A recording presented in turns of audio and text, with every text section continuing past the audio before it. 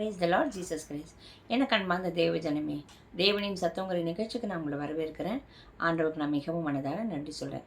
என்னோடு கூட பேதுருவின் புஸ்தகம் 1வது அதிகாரம் 9வது வசனம். 1 Peter chapter 1 verse 9. உங்கள் விசுவாசத்தின் பலனாகிய ஆத்தும ரட்சிப்பை அடைகிறீர்கள். என்னம்மா? விசுவாசத்தின் பலன் என்ன? ஆத்தும ரட்சிப்பு. நம்ம தேவ கிருபையினால விசுவாசத்தை கொண்டு நம்ம ரட்சிக்கப்பட்டிருக்கோம் இல்லையா?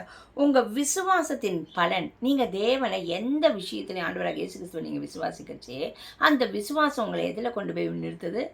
ஆத்தும ரட்சிப்பு இல்லையா?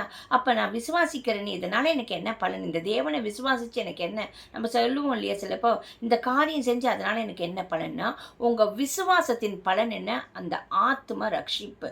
அந்த ஆத்துமாக்காக தானே நம்ம இவ்வளோ பிரயாசப்பட்டு அது நரகத்துக்கு போயிடக்கூடாதுன்னு நித்திய ஜீவனை அடையணுங்கிறது தானே நம்ம எல்லாருமே இப்போ வாஞ்சியோடு இருக்கோம். கிறிஸ்துவுக்குள்ளாக நம்ம ரட்சிக்கப்பட்டு தேவனை விசுவாசித்து அவர் சொன்ன காரியங்கள் எல்லாம் நம்ம கீழ்ப்படி நடக்குது. எதுக்காக? அந்த ஆத்ம ரட்சிப்பு, அந்த வெளியேற பெற்ற ஆத்மா ரட்சிப்பு அடையணும், பரிபூர்ணப்படணும் இல்லையா? அது நித்திய ஜீவனை அடையணும்.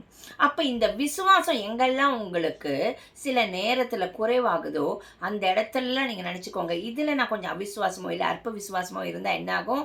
அதுக்கான பலன் எனக்கு குறைஞ்சி போகும். அப்போ எங்கெல்லாம் உங்கள் விசுவாசம் சோதிக்கப்படுதோ அந்த இடத்துல நீங்கள் தேவன்கிட்ட கிருபையை கேளுங்க. என்னுடைய விசுவாசத்தை வர்த்திக்க செய்யுங்கப்பா, எனக்குள்ளே இன்னும் விசுவாசத்தை தாங்க. விசுவாசத்தை துவக்குவரும் விசுவாசத்தை முடிக்கிற தேவன் அவர் தான் இல்லையா? அப்போ அந்த விசுவாசத்தை வர்த்திக்க செய்யும்படி அவருக்கு நீங்கள் ஜெபிக்கரிச்சு அந்த விசுவாசத்தின் பலன் என்ன? உங்களுடைய ஆத்மா ரட்சிக்கப்பட்டு நித்திய ஜீவன் அடையும்படியாக.